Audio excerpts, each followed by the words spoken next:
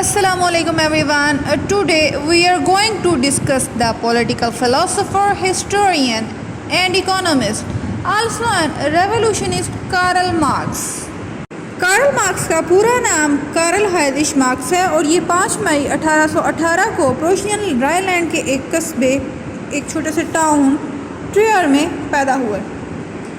اس کے والدین جو تھے وہ یہودی تھے، لیکن بعد میں وہ ریاستی جبر کی وجہ سے انہوں نے اپنا مذہب تبدیل کر لیا اور کرسچینٹی کو اڈاپٹ کر لیا۔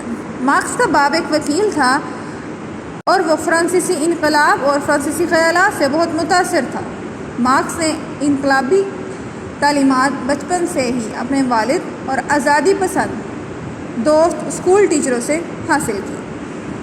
کارل مارکس لا کی تعلیم حاصل کرنا چاہتا تھا، اس لیے وہ بون یونیورسٹی میں ایڈمیشن لیا اس نے، لیکن پھر بعد میں وہ برلن چلا گیا اور برلن میں اس کی ملاقات ایک عظیم فلسفی اور تاریخ دان ہیگل سے ہوئی۔ وہ اس کا باقاعدہ شاگرد تو نہ بن سکا، لیکن 1832 میں ہیگل کی وفات ہو گئی تھی، جس کی وجہ سے ان کے انٹریکشن آپس میں بہت کم ہوئی۔ In 1849 he went to England and met Friedrich Engels.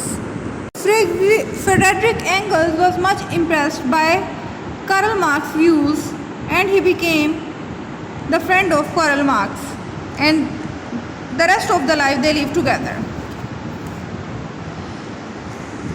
Karl Marx چونکہ فائنینشلی اتنا اچھا نہیں تھا، اس وجہ سے فریڈرک اینگلز جو ہے اس کو فائنینشلی بھی سپورٹ کرتا رہتا۔ اس طرح ان کی دوستی جو ہے بہت زیادہ مضبوط ہو گئی، پھر دونوں نے مل کے ریولیوشنری موومنٹس اسٹارٹ کی۔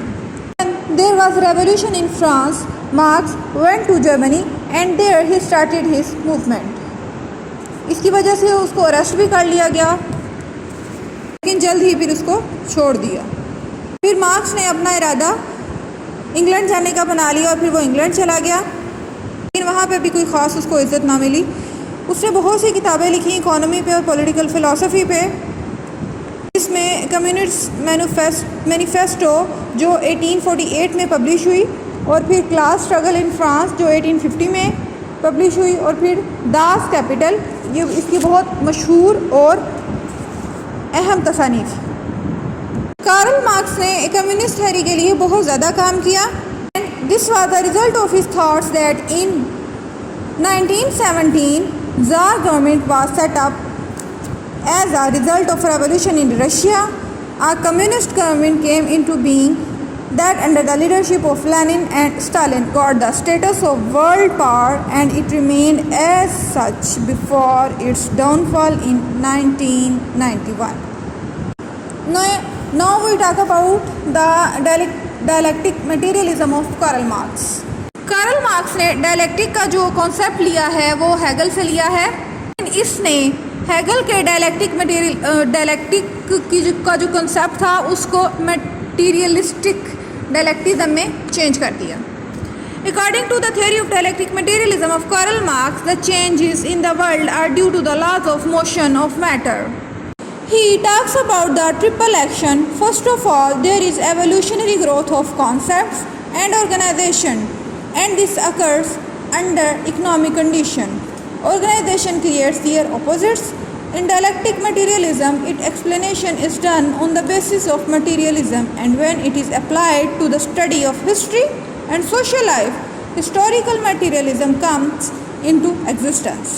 کا کہنا ہے کہ اس دنیا میں جتنی بھی آرگنائزیشنز وقوع پذیر ہوتی ہیں یا بعد میں وہ اپنی جو ہے حالت چینج کرتی ہیں، تو ان سب کی بنیاد جو ہے وہ مٹیریل ہے، یعنی کہ مادیت پرستی۔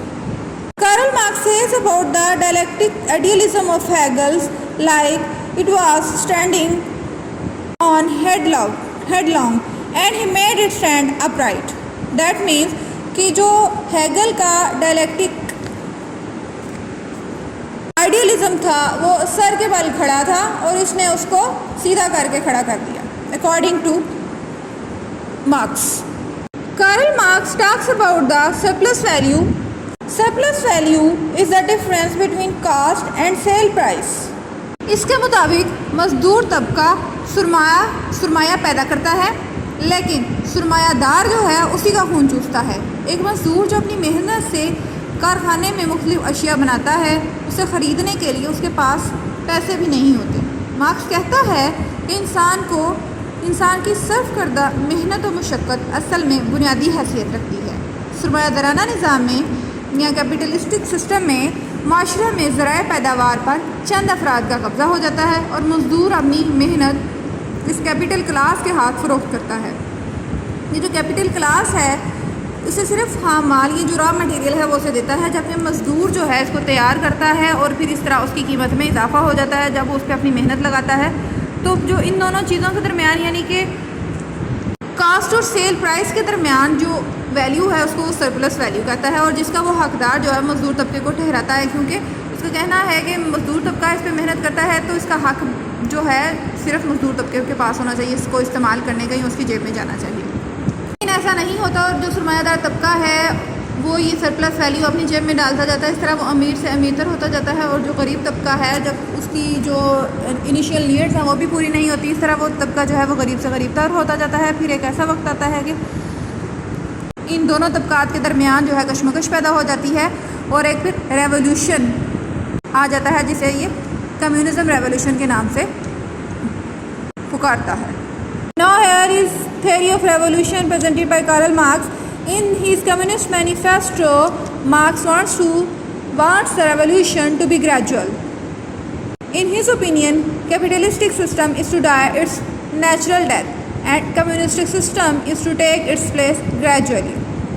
مارکس کی جو تھیوری آف ریولیوشن ہے اس کے دو ایمس ہیں، دو سٹیپس ہیں، جس میں ہے first step is to nationalise the means of production of the state, کہ سب سے پہلے جو اسٹیٹ کی جتنی بھی مینز آف پروڈکشن ہیں اس کو انڈر اسٹیٹ کر لیا جائے، اسٹیٹ کے قبضے میں کر لیا جائے، کسی کی کوئی پرسنل پروڈکشن نہ ہو، یہ سب اسٹیٹ کے انڈر آ جائے۔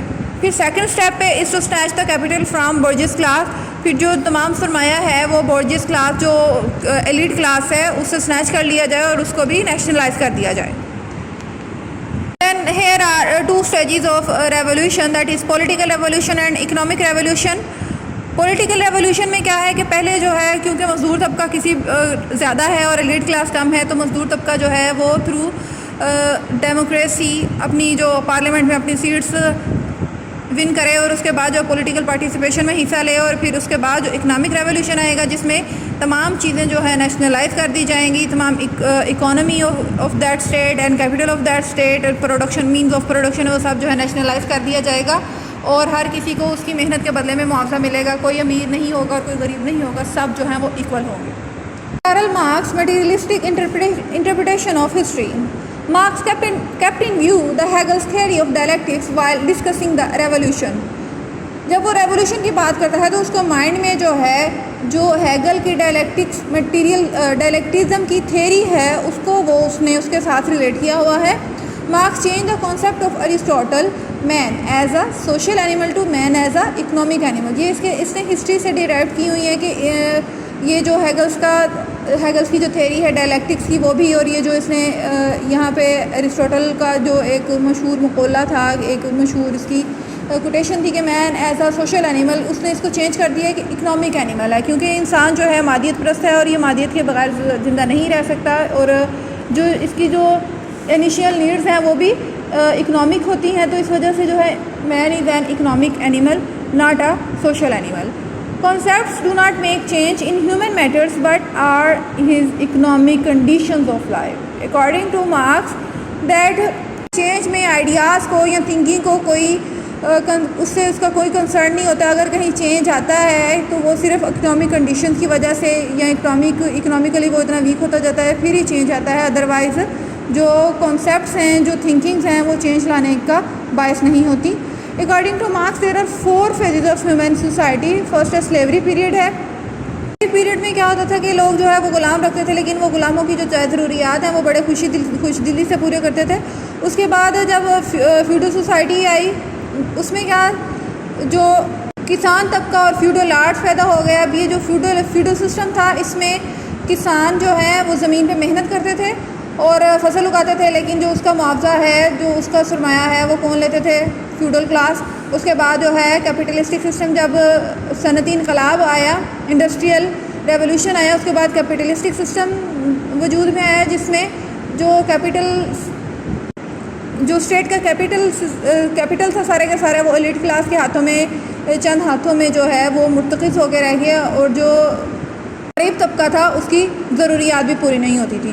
اس کے بعد جو ہے اس نے کمیونسٹ سوسائٹی قائم کی جس میں ہر چیز کو نیشنلائز کر دیا گیا اور ہر کسی کی جائز ضروریات کے مطابق اس کو فائنینشیلی سپورٹ کیا جاتا تھا. Here we are discussing about the class struggle. According to Marx, the existence of class is must. The system of production gives rise to two classes. ایک ہے honor class that can be bourgeois or have rich, and the labor class that is proletariat, haves not or poor. According to Marx, haves are exploiting haves not constantly because they have control over all productive means and poor suffered at the hands of capitalists. اس کا کہنا ہے کہ جو امیر طبقہ ہے وہ غریبوں کا استحصال کر رہا ہے کیونکہ جتنی بھی کیپٹلسٹ ہے وہ سرمایہ داروں کے ہاتھ میں ہے، ان کے قبضے میں ہے اور وہ اپنی مرضی سے جس کو چاہے دیں جس کو چاہے نہ دیں. جو غریب طبقہ ہے جو پور کلاس ہے وہ ہینڈ ٹو ماؤتھ زندگی گزارتا ہے. Now we critically evaluate the concepts or theories of Karl Marx. According to Marx, economic conditions determine the course of history, but this is very wrong because all historical facts do not support it. کیونکہ Karl Marx کا کہنا ہے کہ جتنے بھی change آتے ہیں اس میں کیا انوالو ہوتا ہے، اکنامک انوالو ہوتی ہے. حالانکہ اگر ہسٹری کو دیکھا جائے تو ایسا بالکل بھی نہیں ہے کیونکہ جتنے بھی ہسٹوریکل فیکٹس ہیں وہ اس چیز کو سپورٹ نہیں کرتے ہیں کیونکہ انسانی ارتقاء میں مذہبی، سیاسی اور اخلاقی سارے عوامل اپنا اپنا کردار ادا کرتے ہیں. لیکن مارکس نے ہسٹری کو اکنامیکلی ہی ایلیبوریٹ کیا ہے. پاکستان میں جو انقلاب آیا تھا مذہب کی بنیاد پر آیا تھا اور پاکستان بھی کس بنیاد پہ بنا ہے؟ اپنے ریلیجیس بیسس کی وجہ سے. ہمارے پاس بہت سے ایگزامپلز ہیں جن کو ہم اکنامک ریولیوشن نہیں کہہ سکتے. The theory of class struggle is harmful social theory as it teaches hatred amongst the various classes. کیونکہ اس طرح مختلف کلاسز کے درمیان نفرت جو ہے وہ پیدا ہوتی ہے. جب نفرت پیدا ہوگی تو خون خرابہ ہوگا. کارل مارکس کی جو تھیوری ہے وہ بعد میں مارکسزم کہلائی اور اس نے بہت گہرے اثرات مرتب کیے ہیں بعد میں آنے والی سوسائٹیز پہ، اسٹیٹس پہ.